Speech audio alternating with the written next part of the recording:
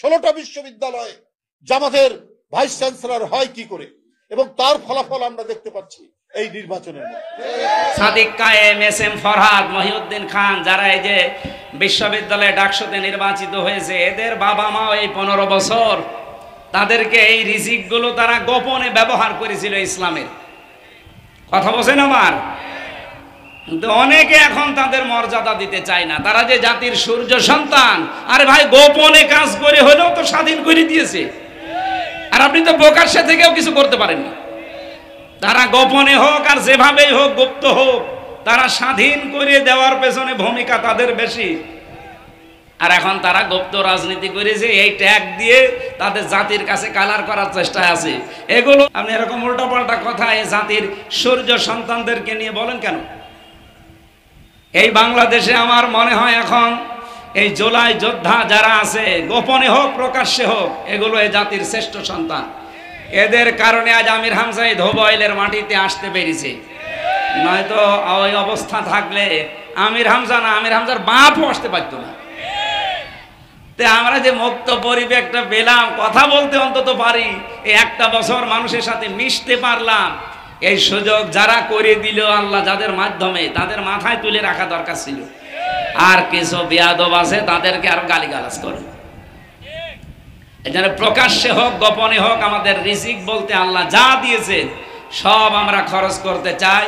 কারণ আমরা আশা করি এমন একটা ব্যবসার যে ব্যবসায় কোনো লস নেই। লিইউফিয়াহুম উজুরহুম ওয়া ইয়াজিদাহুম মিন ফাদলি ইন্নাহু গফুরুন শাকুর। এই ব্যবসা করছি, এই কারণে আমরা আশা করছি আল্লাহ আমাদের উজুরত, পারিশ্রমিক পরিপূর্ণ করে দেবেন, এবং ওয়া ইয়াজিদাহুম মিন ফাদলি, আল্লাহ তার নিজ অনুগ্রহে আরো বেশি দেবেন। এই আরো বেশি কি, এটা আমাদের কল্পনার অতীত। বাংলাদেশের ঐতিহ্যবাহী জেলা, আমার প্রাণপ্রিয় জন্মস্থান কুষ্টিয়া, মেহেরপুর থানার ধোবাইল ইউনিয়ন বাংলাদেশ জামাত ইসলামী কর্তৃক আয়োজিত পৃথিবীর শ্রেষ্ঠ মানব মুহাম্মদ রাসূলুল্লাহ সাল্লাল্লাহু আলাইহি ওয়াসাল্লামের জন্ম এবং ওয়াফাত এই রবিউল আউয়াল মাসেই হয়েছিল। এই জন্য তার জীবনী নিয়ে আমরা আলোচনায় বসেছি। সিরাত মাহফিল, সম্মানিত সভাপতি জনাব রাজিবুল ইসলাম, আমির বাংলাদেশ জামাত ইসলামী ধোবাইল ইউনিয়ন শাখা। আপনারা এটা রেকর্ড হচ্ছে তো, এই কারণে বললাম। আজ অনেকে মুখের ফৎকার দেওয়া এখনো পর্যন্ত মনে করে যে এই দেশ থেকে জামাত ইসলামী বাংলাদেশকে বিদায় করা সম্ভব না। এটা আর এখন সেই 54 বছর আগে নেই। এখন বাংলাদেশ জামাত ইসলামী শুধু রাজধানী না, শুধু বিভাগীয় শহরে না, শুধু জেলা শহরে না, শুধু উপজেলা না, থানা না, ইউনিয়ন না, এখন ওয়ার্ডে, ইউনিটে পর্যন্ত পৌঁছিয়ে গেছে, আলহামদুলিল্লাহ। সুতরাং যারা এই সমস্ত চিন্তা ভাবনায় আছেন, আপনাদের চিন্তা ভাবনা ভুল। এটাকে বিদায় করা সম্ভব না, কারণ এরা যার আদর্শ অনুসরণ করে চলে, আপনারা তার নাম পেছনে দেখতে পাচ্ছেন, মুহাম্মাদুর রাসূলুল্লাহ। এ বাংলাদেশ সহ বিশ্বের বহু জায়গায় আমরা দেখি বিভিন্ন মানুষের জন্মদিন, মৃত্যুদিন, প্রত্যাবর্তন দিন পালন করা হয়, কিন্তু মুহাম্মাদুর রাসূলুল্লাহ সাল্লাল্লাহু আলাইহি এতদিন অন্তত এই রবিউল আউয়ালে একটু বেড়েছে, আগামীতে আরো বাড়বে ইনশাআল্লাহ। কারণ একটাই মাত্র জীবন, যার 63 বছরে একটা মিথ্যা কথা নেই। সুতরাং অনুসরণ করার মাত্র একমাত্র, কেবলমাত্র, শুধুমাত্র একজন মানুষই আছে। এজন্য তাকে নিয়ে যত আলোচনা হবে, যত বেশি জানাশোনা হবে, আপনার জীবন তত বেশি পরিচ্ছন্ন হবে। আজকের মাহফিলের প্রধান অতিথি বাংলাদেশ জামাত ইসলামী। বলেন তো, এই নামটা বললে এখন কলিজা ভরে যায় না? অনেকেই এতদিন বলতো যে গুপ্তভাবে কথা বলতেন, কেন ওপেন ভাবে নাম উচ্চারণ করেননি? আপনি বলেন, এই 15.5 বছরে অন্তত জামাত ইসলামী এ নাম উচ্চারণ করা সম্ভব ছিল? ঢাকা বিশ্ববিদ্যালয় এখন যিনি ভিপি সাদিক কায়েম, এবং জিএস যিনি হয়েছেন এস এম ফরহাদ, এজিএস যিনি হয়েছেন মহিউদ্দিন খান, এরকম 28 জন ছিল এই প্যানেলে শিবিরের। 25 জন 23 জন শিবির থেকে অলরেডি পাস করেছে, বাকি 5 জনও এই প্যানেলের। আমি এখান থেকে যেটা বলতে চাচ্ছি, যাদের মাধ্যমে এই যে দ্বিতীয় স্বাধীনতা আমরা অনেকে বলি, কিন্তু অনেকে স্বীকার করে না, বলে না দ্বিতীয় স্বাধীনতা বলে কিছু নেই। কিছু নেই তো আপনি এতদিন কোথায় ছিলেন? দ্বিতীয় স্বাধীনতা বলতে যদি কিছু না থাকবে, তাহলে এই 15.5 বছরে যে অলিউল্লাহ মুকাদ্দাস গায়েব হয়ে গেল, গুম হয়ে গেল, কি কিছুই তো পায়নি এখনো পর্যন্ত তাদের সন্ধান।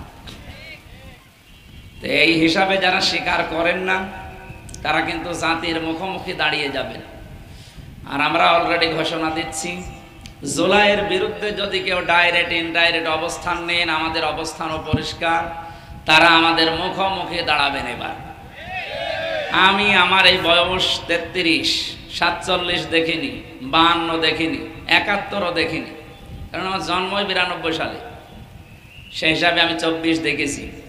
এ দেশ যদি চলে, আমার মনে হয় 24-এর চেতনায় চলা দরকার, যেটা আমরা অলরেডি নিজেরা সম্পৃক্ত এবং যেটা আমরা দেখে দেখে চলতে পারি। বাকি যে চেতনা এতদিন বিক্রি করা হয়েছিল, এগুলো অধিকাংশই মিথ্যা। বুদ্ধিজীবী এবং ইতিহাসবিদ, কয়েকদিন আগে মারা গেছে লোকটা, বদরউদ্দিন ওমর, ওনার অনেকগুলো ঐতিহাসিক উক্তি আছে, তার ভেতরে এইটা একটা। স্বাধীনতার ইতিহাস যা লিখিত হয়েছে আজ পর্যন্ত, এর ভেতরে 100 ভাগের 92 ভাগ মিথ্যা। সুতরাং যাদেরকে রাজাকার ট্যাগ দিয়ে এই বিষয়গুলো লিখেছিল, সিনেমা বানিয়েছে, থিয়েটার বানিয়েছে, নভেল নাটক বানিয়েছে, উপন্যাস লিখেছে, যত রকমের কাজ কারবার দেখেন, রাজাকার বানাতে হলেই, আল বদর বানাতে হলেই তার মুখে দাড়ি, মাথায় টুপি আর জুব্বা গায়ে। আপনি ইতিহাসের বই এখনো পড়ে দেখেন, অথেন্টিক যেগুলো যারা রাজাকার ছিল, ওরা কি দাড়িওয়ালা, টুপিওয়ালা, জুব্বাওয়ালা মানুষ ছিল? এখানে রাজাকার ইংরেজিতে লেখা আছে অলরেডি। তাদের আলাদা পোশাক ছিল, তার একটা বাহিনী। অথচ এখন রাজাকার বললেই সিনেমা তৈরি করা হয়, নাটক বানানো হয়, মানুষকে দেখানো হয় যে এদের দাড়ি বড় বড়, এদের জুব্বা গায়ে, এদের মাথায় টুপি। বলেন নাউজুবিল্লাহ। এই যে ইতিহাস, এগুলো যে মিথ্যা রচনা হয়েছে বদরউদ্দিন ওমরের কথায়, একেবারে মিথ্যা না।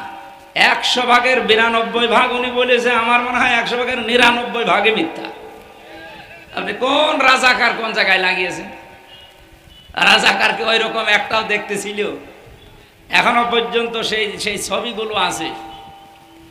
এই জন্য এই চেতনা যারা বিক্রি করেছিলেন, তারা নিজেরাই নিজেদের ফাঁদে ধরা পড়ে গেছে। তারা যে তালিকা বানিয়েছে রাজাকারের, যাদেরকে এতদিন চালানো হয়েছিল মাত্র 37 জন, তারপরও 11 জন মরে গেছে। আরো কিছু মানুষ বাইরের দেশে আছে, আর কয়েকজন আছে বিছানাগত। আর বাকি যারা এই ধোয়া তোলেন যে রাজাকার রাজাকার, এই মুহূর্তে বাংলা ছাড়, তাদের তালিকা কিন্তু 1040 জন। কোথায় 37 আর কোথায় 1040? ঝাঁঝর যদি সইকে এসে বলে যাদের পেছনে ফুটো আছে, ওর কি করা দরকার বলেন?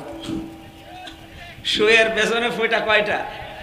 আর ওর হাজার হাজার। আপনি আমাকে কথা বলতে পারেন যে আমি রাজাকার, আপনার দলে 1040 জন আর আমার মাত্র 37 জন। সুতরাং এই মিথ্যা, এই চেতনা এখন আর দেশের মানুষ খাবে না, আশা করছি। বাংলাদেশ জামাতে ইসলামী নামটা বললে এখন আমার মনে হচ্ছে যে আমাদের কলিজা ভরে যায়। আলহামদুলিল্লাহ।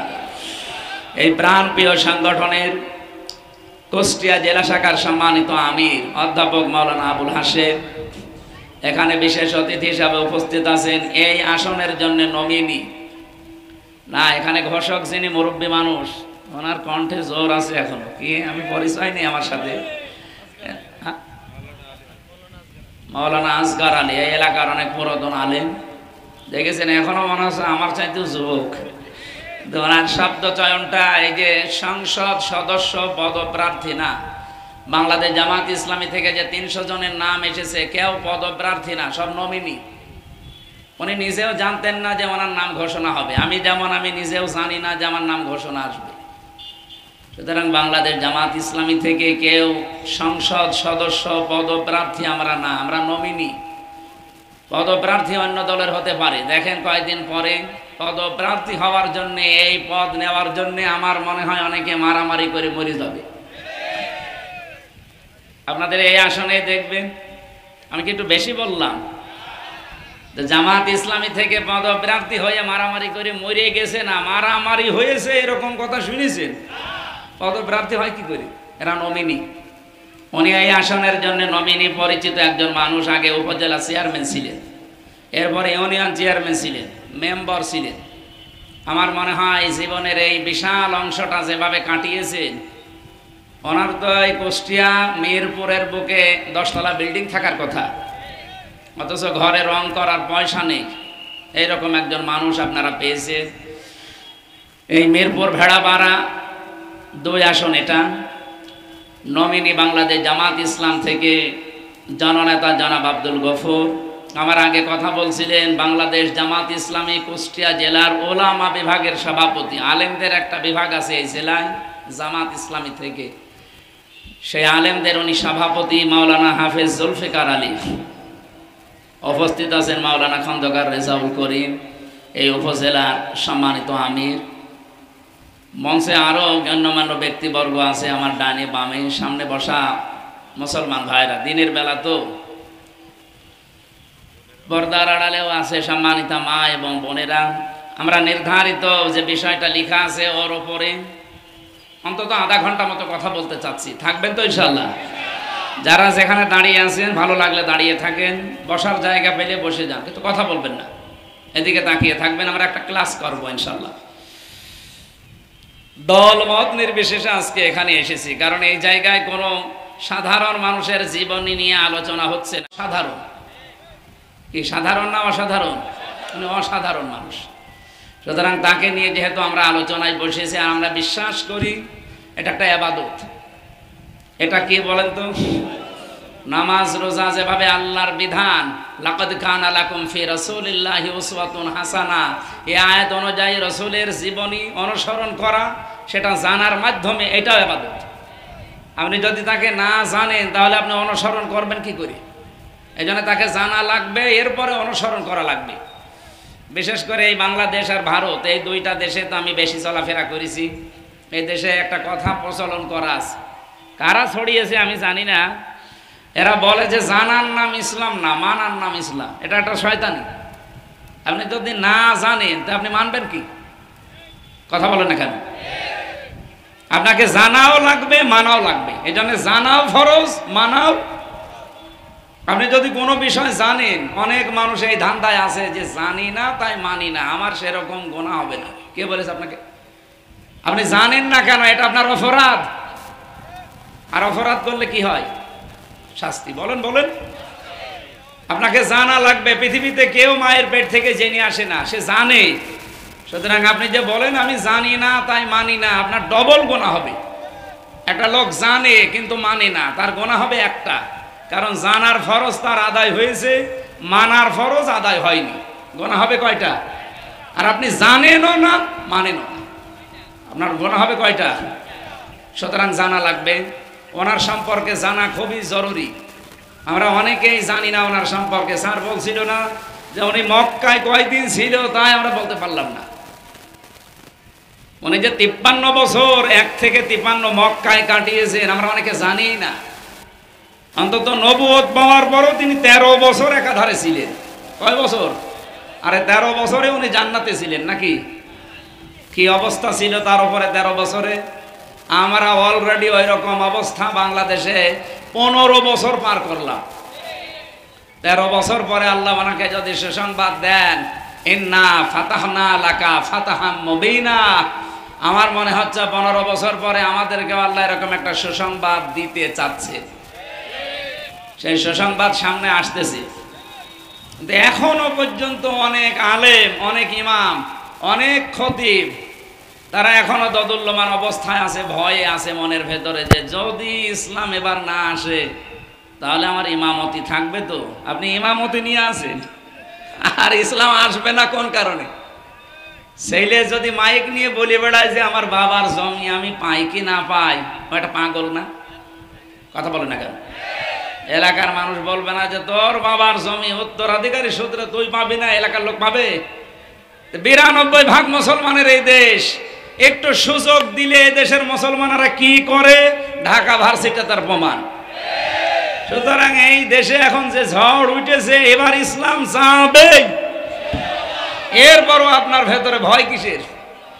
আপনার বাবার জমি আপনি পাবেন না মানে? এ জমিন আল্লাহ বানিয়েছেন তার বিধান চালানোর জন্য। ওয়ালাউ কারিহাল মুশরিকুন, যদিও মুশরিকদের কাছে এটা খারাপ লাগবে, আল্লাহ তার সিদ্ধান্ত এবার বাস্তবায়ন করবেই করবে ইনশাআল্লাহ। এর সাথে আপনি থাকলে আপনাকে সাথে নিয়ে যাবে, আপনি যদি না থাকতে চান আপনাকে বাদ দিয়ে ইসলাম এবার বিজয় হবে ইনশাআল্লাহ। আর যদি ইসলাম এবার চলে আসে তখন আপনি মুখ দেখাতে পারবেন। যারা এখন দোদুল্যমান অবস্থায় আছেন, এখনো যারা বলেন হুজুর আমি গোপনে আছি, যদি ইসলাম এবার সত্যি এসে যায় তখন আপনি মুখ দেখাবেন কি করে বলেন? আপনার তো যাওয়া লাগবে যে এরকম মানুষের কাছে, তখন আপনি কি মুখ নিয়ে যাবেন এখন যদি একেবারে নড়াচড়াও না করেন? সুতরাং এই দেশে এখন ফাইনাল কথা, এই দেশে দুইটা দলই এখন, হয় ইসলাম না ইসলামের বাইরে। আমরা আহ্বান জানাবো নারী পুরুষ যারা এসেছেন, যদিও বিভিন্ন মানুষ আপনাদেরকে ধোঁকা দিয়েছে, 54 বছর এখনো দেওয়ার চেষ্টায় আছে, তারা আমাদের নামে ট্যাগ দিয়েছে যে আমরা নাকি জান্নাতের টিকিট বিক্রি করি। জান্নাতের টিকিট আমরা বিক্রি করি না, আমরা জান্নাতের পথ দেখাই।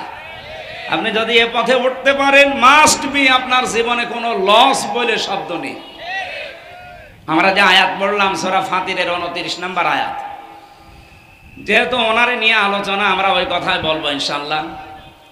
আল্লাহ পাক বলেন ইন্নাল্লাযীনা ইয়াতলুনা কিতাবাল্লাহি ওয়া আকামুস সালাহ, নিশ্চয় যারা তেলাওয়াত করে আল্লাহর কিতাব, ওয়া আকামুস সালাহ যারা নামাজ কায়েম করেন, ওয়া আনফাকু মিম্মা রাযাকনাহুম সিররা ওয়া আলানিয়া, এবং প্রকাশ্যে গোপনে আল্লাহ তাদেরকে জীবিকা যে রিজিক দিয়েছে সেটা খরচ করে।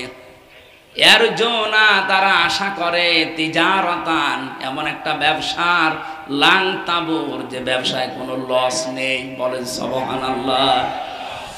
মিরপুরবাসী, যদি আমার বাড়ি কুষ্টিয়া, আমার মনে হয় আমার এই 33 বছরের জীবনে ধোবইল নাকি এটা আমি প্রথম আসলাম। পাশে এখান থেকে খুব বেশি হলো 8-10 কিলো দূরে আমার বাড়ি। আমি ছোটকাল থেকেই বাইরে, তো এই জন্য এলাকায় পরিচিত না। আজকে যখন এসেছি, মেন কথা কিন্তু এইটাই, এর ভেতরে আল্লাহ 3টা মূলধন দিয়েছেন। ব্যবসা যদি কেউ করে এই 3টা থিওরি সামনে রেখে করবে, জীবনে তার ব্যবসায় কোনোদিন লস হবে না। আর আমি হিসাব করে দেখেছি বাংলাদেশে 73টার উপরে দল এখন, শুধুমাত্র বাংলাদেশ জামাতি ইসলামী এই 3টা মূলধন নিয়ে ব্যবসা করে। তাদের মূল কথায় প্রথমে আল্লাহর কিতাব তেলাওয়াত করা লাগবে। এখানে আমার আগে যারাই কথা বললেন, বাংলাদেশ জামাত ইসলামের নেতা কর্মী যারা, বলেন তো এই মানুষগুলো কোরআনের আয়াত বাদ দিয়ে কেউ আরম্ভ করেছে? উনিও আরম্ভ করেছিলেন লাকাদ কানা লাকুম ফি রাসূলিল্লাহ দিয়ে, যেই কথা বলেছে কোরআন দিয়ে। কারণ কি? মান ক্বালা বিহি সাদাকা, যারা কোরআন দিয়ে কথা বলে এরা সত্য কথা বলে। আর যারা কোরআনের বাইরে কথা বলবে, মনে করবেন এদের কথার ভেতরে কোনো ভেজাল আছে না নেই। এজন্য যারা কোরআন দিয়ে কথা বলে এদের ট্রেনিং দেওয়া হয় বাংলাদেশ জামাত ইসলামী থেকে। এটাই সর্বপ্রথম, যে আপনি সকালে কোরআন পড়েন, বুঝে পড়েন না না বুঝে পড়েন, এটা আবার মাগরিবের সময় লেখা লাগে। এটাকে আমি বানালাম যে 15টা বিষয় লেখা লাগে প্রতিদিন, তার ভেতরে এটা প্রথম না, যে আপনি কয়টা আয়াত পড়েছেন, বুঝে পড়েছেন না আন্দাজে পড়েছেন, এটা লেখেন। তাহলে ইন্নাল্লাযীনা ইয়াতলুনা কিতাবাল্লাহ, এই প্রথম শর্ত বাংলাদেশ জামাত ইসলামীতে আছে না নেই? অন্য কোন দলে আছে আপনি বলেন, আমি সেখানে যাব। বলেন, আমি আর পাইনি। 2 নম্বরে আছে ওয়া আকামুস সালাহ, যারা নামাজ কায়েম করে। বলেন বাংলাদেশে নামাজ কায়েম আছে না পড়া আছে? পড়া আছে। অথচ পড়ার কথা মাত্র একবার, ফাসাল্লি লিরাব্বিকা, আপনার রবের জন্য আপনি নামাজ পড়েন। একবার বলেছে শুধু নামাজ পড়েন, তাই সারা দুনিয়া আমরা নামাজ পড়ি। অথচ 82 বার বললেন আকামুস সালাহ, যে নামাজ কায়েম করে, সেটার কাছে গেলেই মানুষ ফতোয়া দেয়। আমরা তো নামাজ কায়েম করতে চাই এই দেশে, নামাজ তো পড়ছি, নামাজ পড়ে যে অবস্থা আমরা দেখতে পাচ্ছি না, চুরি বন্ধ হয় না, ডাকাতি বন্ধ হয় না, চাঁদাবাজিও বন্ধ হয় না। কিন্তু নামাজ কায়েম থাকলে চুরিও বন্ধ হবে, ডাকাতিও বন্ধ হবে, চাঁদাবাজিও বন্ধ হবে ইনশাআল্লাহ। এই জন্য বাংলাদেশে যেই দল নামাজ কায়েম করতে চায় রাষ্ট্রীয়ভাবে, তারা যে লস নেই তাদের জীবনে, এই কথা কার? তিজারাতাল লান তাবুর, তাদের ব্যবসায় কোনো লস নেই। বাংলাদেশ জামাত ইসলামী যেহেতু এটা চায় যে এই দেশে যেন নামাজ কায়েম হয়, আর বাংলাদেশে কোনো দল চায় যে নামাজ কায়েম হোক? আপনি বলেন, আমি তাদের থিওরিগুলো দেখবো। বলেন। 3 নম্বরে ওয়ানফাকু মিম্মা রাযাকনাহুম, যে মানুষগুলো খরচ করে তাদের রিজিক। এখানে রিজিক মানে শুধু খাবার না, রিজিক আপনার জীবন চালাতে যা লাগে সবগুলো রিজিক। এমনকি যে সন্তান জন্ম দিয়েছেন এটাও রিজিক। ঠিক বলছেন আন্দাজে নাকি বুঝে শুনে? সন্তান মানুষ যখন জন্ম দেয় কি বলে বলেন তো? বিসমিল্লাহি আল্লাহুম্মা জান্নিবনা শাইতান ওয়া জান্নিবিশ শাইতান মা রাযাকতানা। আমি আল্লাহর নামে আরম্ভ করছি, হে আল্লাহ তুমি আমাকে আর আমার বউকে শয়তান থেকে রক্ষা করো, আর যা রিজিক হিসাবে আমাদেরকে তুমি দেবে সেগুলোও যেন শয়তান থেকে রক্ষা হয়। এখানে রিজিক কি? হ্যাঁ, সন্তান। খাওয়ার জিনিস এখানে কিছু আছে? খাওয়ার জিনিস এখানে সন্তান। সুতরাং এই সন্তানটাও রিজিক, এইটাও আমরা ব্যয় করব, প্রকাশ্যে হোক গোপনে হোক। সাদিক কায়েম, এস.এম. ফরহাদ, মহিউদ্দিন খান, যারা এই যে বিশ্ববিদ্যালয়ে ডাকসুতে নির্বাচিত হয়েছে, এদের বাবা মাও এই 15 বছর তাদেরকে এই রিজিকগুলো তারা গোপনে ব্যবহার করেছিল ইসলামের। কথা বলছেন আমার? কিন্তু অনেকে এখন তাদের মর্যাদা দিতে চায় না। তারা যে জাতির সূর্য সন্তান, আরে ভাই গোপনে কাজ করে হলেও তো স্বাধীন করে দিয়েছে, আর আপনি তো প্রকাশ্যে থেকেও কিছু করতে পারেননি। তারা গোপনে হোক আর যেভাবেই হোক, গুপ্ত হোক, তারা স্বাধীন করে দেওয়ার পেছনে ভূমিকা তাদের বেশি। আর এখন তারা গুপ্ত রাজনীতি করেছে, এই ট্যাগ দিয়ে তাদের জাতির কাছে কালার করার চেষ্টায় আছে। এগুলো শয়তান। আমি এই শব্দ বলা ঠিক হলো না? আপনি এরকম উল্টাপাল্টা কথা এই জাতির সূর্য সন্তানদেরকে নিয়ে বলেন কেন? এই বাংলাদেশে আমার মনে হয় এখন এই জুলাই যোদ্ধা যারা আছে, গোপনে হোক প্রকাশ্যে হোক, এগুলো এই জাতির শ্রেষ্ঠ সন্তান। এদের কারণে আজ আমির হামজা এই ধোবাইলের মাটিতে আসতে পেরেছে। নয়তো ওই অবস্থা থাকলে আমির হামজা না, আমির হামজার বাপও আসতে পারতো না। আমরা যে মুক্ত পরিবেশটা পেলাম, কথা বলতে অন্তত পারি, এই একটা বছর মানুষের সাথে মিশতে পারলাম, এই সুযোগ যারা করে দিল আল্লাহ, যাদের মাধ্যমে, তাদের মাথায় তুলে রাখা দরকার ছিল। আর কিছু বেয়াদব আছে, তাদেরকে আরো গালিগালাজ করে। এখানে প্রকাশ্যে হোক গোপনে হোক, আমাদের রিজিক বলতে আল্লাহ যা দিয়েছে সব আমরা খরচ করতে চাই, কারণ আমরা আশা করি এমন একটা ব্যবসার যে ব্যবসায় কোনো লস নেই। লিইউওয়াফিয়াহুম উজুরাহুম ওয়া ইয়াজিদাহুম মিন ফাদলি ইন্নাহু গফুরুন শাকুর।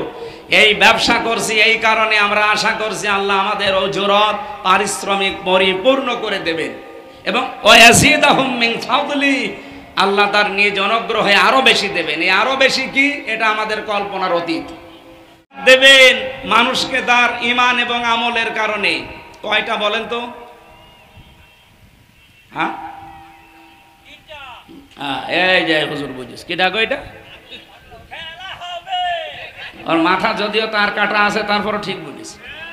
3টা বলেছে কিভাবে আমি জানি না, ওকে আন্দাজে সেই ঝড়ে বক পড়ে আর ফকিরের কেরামতি বড় মনে হয় সেই। কোরআন শরীফের ভেতরে আমি যত, একটু খেয়াল করেন, কোরআনের ভেতরে যত জায়গায় আপনি জান্নাতের কথা দেখবেন, দেখবেন সেখানে জান্নাত বলে একটা টান দেওয়া আছে। রব্বুল আলামিন বলেন ইয়াগফির লাকুম যুনুবাকুম ওয়া ইউদখিলকুম জান্নাত। জান্নাতুন নেই, জান্নাত বহু বচন দেওয়া। তিনি তোমাদের মাফ করে দেবেন, এমন জান্নাতে প্রবেশ করাবেন। এখানে জান্নাতে প্রবেশ করাবেন বলে আল্লাহ শেষ করে দেননি। তাজরি মিন তাহতিহাল আনহার, যার তলদেশে নদী আর নহর প্রবাহমান থাকবে। খালিদিনা ফিহা, চিরকাল আপনি থাকতে পারবেন। ও মাসাকিনা তাজ্জিবাতান, আল্লাহ পাক এখানে মাসকানুন না দিয়ে মাসাকিন বহু বচন দিয়েছেন। আর আরবির নিয়ম হচ্ছে এক বচন, দ্বিবচন, বহু বচন। আরবিতে কিন্তু এক বচন আর বহু বচন নেই, মাঝখানে দ্বিবচন আছে। বলেন তো কোন জিনিস একক হলে এক বলি, দুইটা হলে দ্বিবচন বলি, দুইয়ের অধিক হলে সেটাকে বলা হয় বহু বচন। কোরআনে আল্লাহ জান্নাতুন না দিয়ে মাসকানুন না দিয়ে মাসাকিন দিয়েছেন, জান্নাত দিয়েছেন। ঘোষণা এইটাই, যেহেতু বহু বচন শব্দগুলো, কোন মানুষকে যদি আল্লাহ জান্নাত দেয় কম পক্ষে 3টা জান্নাত দেবেন।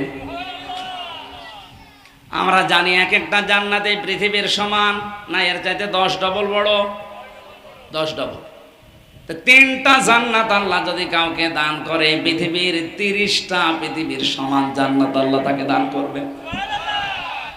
আল্লাহ শেষের দিয়েছেন জালিকাল ফাউজুল আযীম, এইটাই মানুষের জীবনের সবচাইতে বড় সফলতা। এই সফল এবং সফলতা হওয়ার জন্যে আমরা জীবনে কাজ করে যাচ্ছি। সামনে আমরা যা করছি, যেহেতু মাওলানা জুলফিকার বলছিলেন বদরের ময়দান সামনে আসতেছে, আমার তো মনে হয় সেই অবস্থা এখন তৈরি হয়ে যাচ্ছে। এই সামনে যে অবস্থা আসছে, অবস্থায় দেখবেন বাবা ছেলের বিরুদ্ধে দাঁড়াবে, স্বামী স্ত্রীর বিরুদ্ধে দাঁড়াবে, ভাই ভাইয়ের বিরুদ্ধে দাঁড়াবে, যেমন বদরে দাঁড়িয়েছিল। এই কথা বলেন না কেন? হযরত আবু বকর বলেন, জিহাদের ময়দান শেষ করে বদর করে বাড়িতে আসলাম, এসে আমার নিজের সন্তান আমাকে বলছে, বাবা যুদ্ধের ময়দানে তোমার আমি 3 বার দেখেছিলাম, কিন্তু বাবা বলে কিছু বলিনি। অন্য কেউ হলে আমি কেটে ফেলতাম। হযরত আবু বকর খাবার খাচ্ছিলেন, খাবারের প্লেটটি সামনে ঠেলে দিলেন, দাঁড়িয়ে বললেন, সন্তান 3 বার আমাকে দেখার পরও কিছু বলো নাই, আল্লাহর কসম যদি ওই ময়দানে তোমারে 1 বার দেখতে পেতাম, তুমি আমার আপন ছেলে, তাতে কি দ্বিখণ্ড করে ফেলতাম। সেই বদরের ময়দান সামনে কিন্তু আসতেছে, আমার কথা বোঝেন? সুতরাং এবার এই বদরের ময়দানে স্ত্রী স্বামীর বিরুদ্ধে দাঁড়াতে পারে না, পারে না? ওই সময় যেমন দাঁড়িয়েছিল। আমার হাদিস পড়েছিলাম, লা তাআতা লি মাখলুকিন ইল্লা বিমাসিয়াতিল খালিক। আল্লাহর রাসূলের বিরোধিতা হয় এই কাজে পৃথিবীর কোনো মাখলুকের অনুসরণ করা জায়েজ নেই, সে বাবা হোক, স্বামী হোক আর ছেলে হোক। যেহেতু এবার 2টা দল কাজ করবে, হয় ইসলাম নাই অন ইসলাম। যারা আল্লাহর আইন প্রতিষ্ঠা করতে চায় তারা ইসলামের পক্ষে, যারা আল্লাহর আইনের বিপক্ষে অবস্থান নিয়েছে তারা শয়তানের পক্ষে। এর মাঝখানে আর কোন দল আছে? যে নাম নিয়ে আসুক, হয় আল্লাহর দল নাই শয়তানের দল। বাস্তবতায় আমরা মুখ চেপে ধরে, ঠিক আছে, সামনে আমরা নারী পুরুষকে আহ্বান জানাবো। সম্মানিতা বোনরা এসেছিলেন, আপনি আল্লাহর বিধান কায়েম করতে গিয়ে এবার আপনার স্বামী হোক, বাবা হোক, ছেলে হোক, কারো কথা রাখা যাবে না। দেখবেন, হ্যাঁ আপনার স্বামী যদি আল্লাহর পক্ষে রায় দিতে বলে, চোখ কান বুজে দেওয়া লাগবে। যারা একথা মানুষকে ধোঁকা দিয়ে বোকা বানানোর জন্য বলেন যে আমরা জান্নাতের টিকিট বিক্রি করি, এটা মিথ্যা কথা। আমরা জান্নাতের টিকিটের এই যে সোর্স আছে ধরিয়ে দিলাম, সূরা ফাতির 29-30 নম্বর আয়াত। সুতরাং আপনি এর সাথে যদি মিলাতে পারেন, আপনার ব্যবসায় লস নেই। আর এর সাথে যাদের কর্মসূচি মিলবে না, বাস্তব জীবন মিলবে না, মাস্ট বি তার ব্যবসায় লস আছে না নেই? এমন লস যা শুরু হলে আর শেষ নেই। ওই রকম লসে আমরা পড়তে চাই না। পড়তে চাই? আল্লাহ আমাদেরকে দুনিয়া আখিরাতে, যেহেতু রব্বানা আতিনা ফিদ দুনিয়া হাসানা ওয়া ফিল আখিরাতি হাসানা, আগে দুনিয়ায় কল্যাণ দাও, এরপরে আখিরাতেও কল্যাণ দিও। এই জন্য দুনিয়ার কল্যাণ পেতে হলে শান্তি, স্বস্তি, শান্তি, নিরাপত্তা এবং নিরাপদে চলাফেরা করতে হলে ইসলাম ছাড়া বিকল্প, রাসূলুল্লাহর আদর্শ ছাড়া বিকল্প আর কিছু নেই। এটা প্রমাণিত হয়ে গেছে। এখন শুধু আমাদের কাজ করা দরকার।